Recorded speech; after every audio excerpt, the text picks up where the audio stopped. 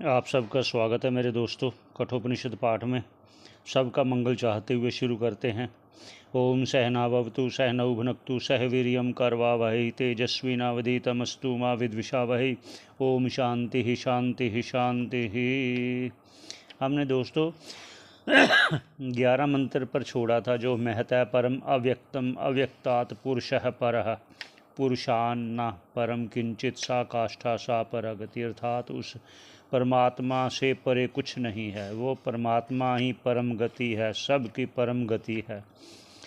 यहाँ पर हमने विश्राम दिया था। अब आगे का मंत्र लेते हैं। प्रथम उसका उच्चारण कर लेते हैं, उसके बाद फिर आगे चलते हैं। क्या कहते हैं आइए उच्चारण कर लेते हैं। एषः सर्वेषु भूतेषु गूढ़ोऽत्मा न प्रकाशते, दृश्यते त्वग्रया बुद्धया सूक्ष्मया सूक्ष्मदर्शिभिः। ये 12 नंबर मंत्र है, तृतीय वल्ली है, प्रथम अध्याय है। क्या कहते हैं भाष्यकार, आइए। एषः सर्वेषु भूतेषु, एष ये आत्मा जो है, सर्वेषु भूतेषु सभी प्राणियों में, जितने भी प्राणी हैं संसार में, सभी भूतेषु प्राणियों में, गूढ़ो आत्मा ना प्रकाशते, ये छिपा हुआ है हृदय रूप गुफा में, बुद्धि रूप गुफा में, इसलिए ना प्रकाशते, प्रकाशित नहीं होता। अर्थात ये तभी प्रकाशित होता है जब कोई प्रयत्न करेगा, उत्सुक होगा, योग्यता ले करके, बिना योग्यता के नहीं होगा। इस लोक में भी, इस लोक से मृत्यु लोक में भी कोई भी चीज़ अगर आप चाहते हो तो योग्यता से ही प्राप्त होती है, बिना योग्यता से प्राप्त नहीं होती।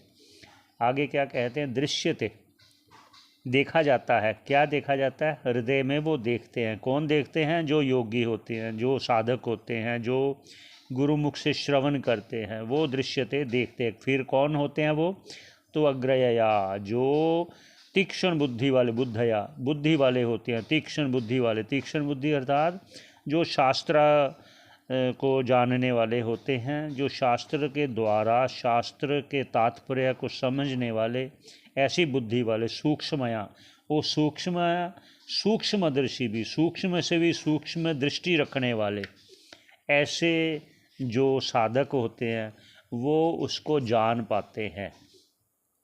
आगे का मंत्र पढ़ उच्चारण कर लेते हैं। यच्छेद्वांग मनसि प्रागस्तद्यच्छेद ज्ञान आत्मनि, ज्ञानम आत्मनि महति नियच्छेद तद्यच्छेद शांत आत्मनि। ये 13 नंबर मंत्र है। हमने जो पढ़ा है ना, उसको संधि विच्छेद नहीं किया। अब संधि विच्छेद करके पढ़ लेते हैं, फिर आपको जो अच्छा लगेगा वह संधि विच्छेद करके पढ़ दे। प्राज्ञ वाक मनसी यच्छित, ऐसा है। आप कहते हैं प्राज्ञ अर्थात जो विवेकी है, वाक अर्थात वाणी द्वारा, मनसी मन द्वारा, यच्छेत जो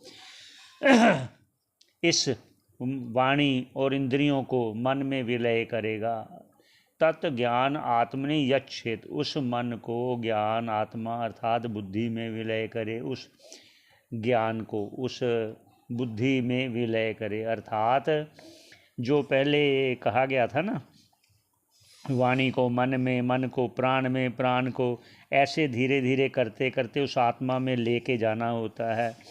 जैसे भगवान कृष्णचंद्र जी महाराज भी भगवत गीता में कह रहे हैं ना, आत्मनि स्थित्वा, आत्मा में स्थित होकर, ना किंचित अभी चिंतयेत, और कुछ चिंता ना करे।